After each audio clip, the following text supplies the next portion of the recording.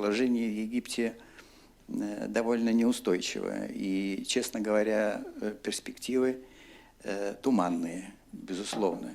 Но я хочу сказать, что хотя военные немного отступили, но они не сдали позиции совсем. И мне кажется, они их не сдадут до последнего момента. И в Египте, как мне кажется, образуется такое своеобразное двоевластие, может быть, вполне. Здесь еще надо иметь в виду внешние факторы. Почему? Потому что Египет не подвешен где-то в воздухе. Здесь влияние большое и Соединенных Штатов, и Израиля. Мы знаем, что за последнее время, то есть за время революционных событий, Египет потерял очень много денег. И у него, конечно, дефицит валюты и всего остального. И экономически, можно сказать, кризис. Без внешней помощи я не думаю, что Египет сможет восстановиться в тех пределах, в которых он был до революции. Откуда и брать ему помощь? Конечно, саудиты могут помочь, но все-таки главная и традиционная помощь идет из океана, из Соединенных Штатов. И здесь роль Соединенных Штатов не только экономики, но и в как бы надсмотр за внутренней политикой будет сохраняться. Я не говорю уже об Израиле. Мне кажется, что вот эти заявления, которые были сделаны иранским информационным агентством, это определенной степени провокация. Насколько я знаю, сейчас президент Египта собирается даже судиться с этим СМИ. И зачем это было сделано? Ну, насчет установления египетско-иранских и ирано-египетских отношений говорили давно, еще при режиме Мубарака. И какие-то подвижки были, потом сходило на нет все. Понимаете, очень сложно говорить о тесных отношениях между Египтом и Ираном. Я думаю, что в ближайшее время такого не будет. Вполне возможно, что они установят отношения экономические в какой-то степени. Может, даже будут отношения восстановлены и дипломатические, хотя для этого нужно время. А таких серьезных союзничных отношений, которые Иран имеет, например, с Сирией, просто быть не может. Египет находится в самом начале нового для себя пути, и основные вехи этого пути пока что просматриваются довольно туманно. В целом можно вот на сегодняшний день констатировать, что наблюдается стремление со стороны новоизбранного президента Мурси найти некий консенсус с высшим военным руководством Египта, извините. Я согласен также с той точки зрения, которую высказал профессор Сажин, о том, что надо учитывать и внешний фактор. Внешний фактор, конечно, в виде Соединенных Штатов, которые оказывают очень большую военную помощь в Сирии, больше $1 миллиарда в год. И было сообщение о том, что президент Мурси не будет вмешиваться в военный бюджет.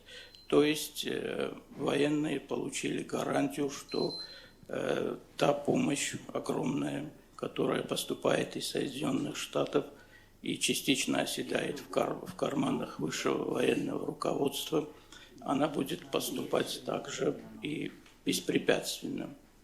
Тем самым сохраняется возможность для Соединенных Штатов непосредственно влиять на политическую ситуацию в Египте.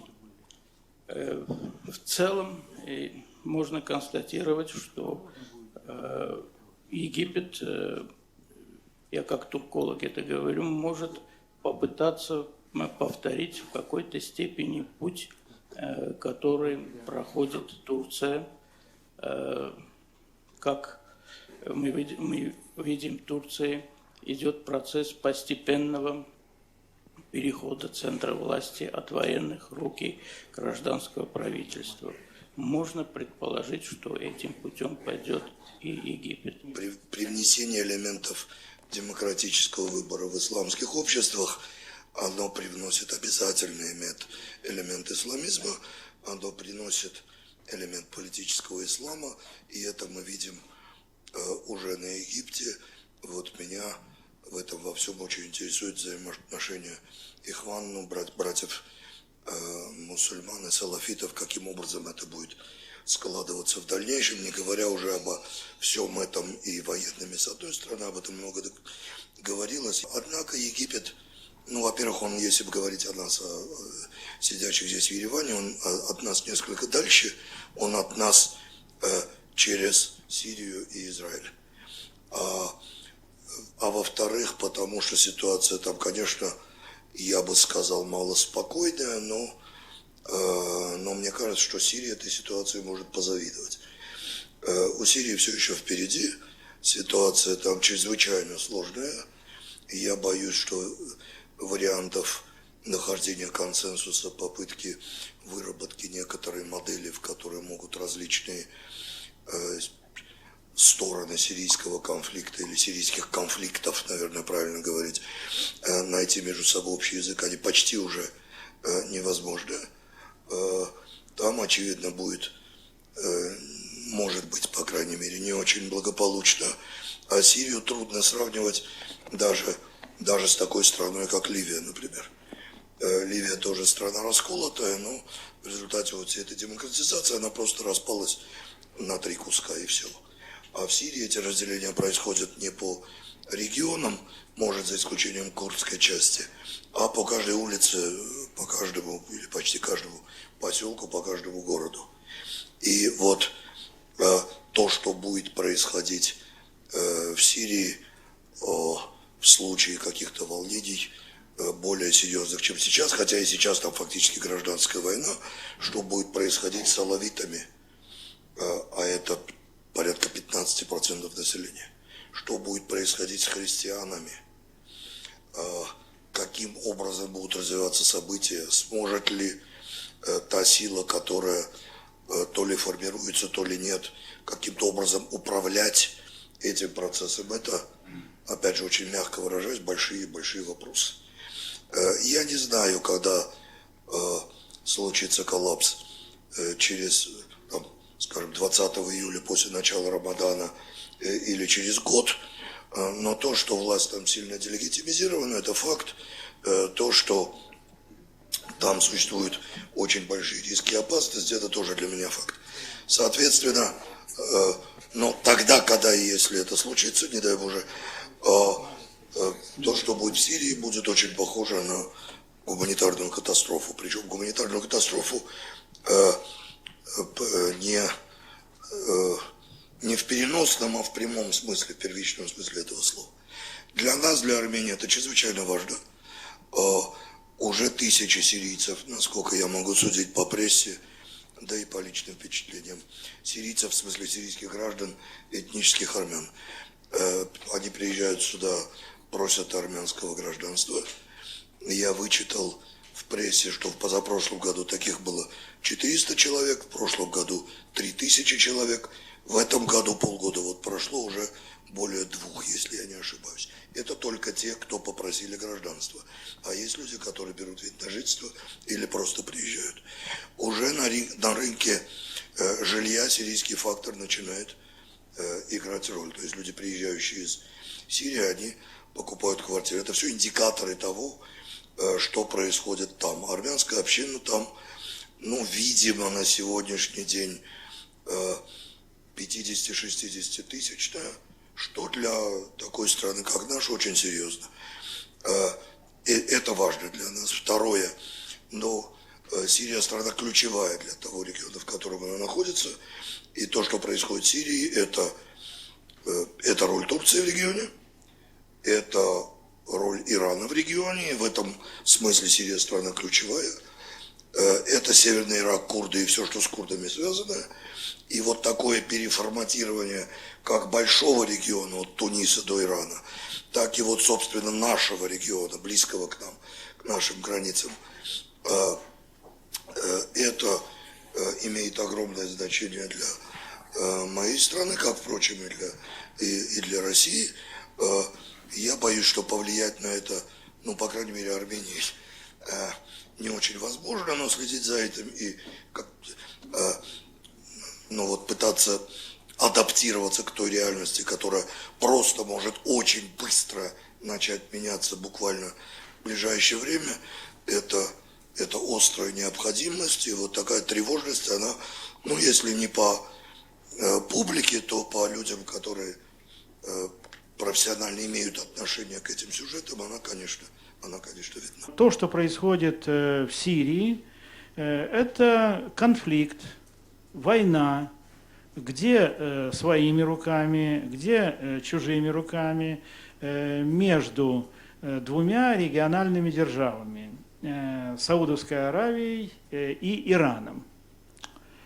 И все то, что происходит в Сирии, как раз и вызвано вот этим вот противоречием. И нужно здесь, с моей точки зрения, сказать еще и о том, что, в общем, инициатором всего этого конфликта, тем фактором, который привел к так называемой революции или к народному восстанию и так далее, была Саудовская Аравия.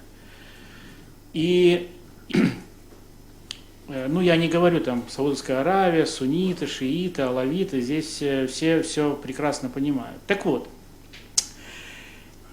но они сами, Саудовская Аравия и Иран, не могут справиться. И они притягивают к себе в большей степени Саудовская Аравия, в меньшей степени Иран, потому что Иран это большая, крупная военная держава, в отличие от Саудовской Аравии. Так вот, они притягивают к себе союзников. И идеальным бы пытаются притянуть. Идеальным бы вариантом было для них, если бы там на сирийской площадке схлестнулись бы Россия, а еще лучше, если Россия и Китай с одной стороны, а с другой стороны Соединенные Штаты и другие натовские государства. То, что произошло в Египте, я заканчиваю, то, что произошло в Египте, это в значительной степени произошло под влиянием аравийских монархий, Саудовской Аравии и Катара. Катар, это абсолютно установленный достоверный факт, поддерживал братьев-мусульман, Саудовская Аравия поддерживала и продолжает поддерживать салафитов. И то, что братья-мусульмане, а особенно салафиты, взяли такое большое количество мест в парламенте, это результат того, что была вот эта вот внешняя поддержка. То, что они привели к тому результату, к которому привели, это абсолютно точно.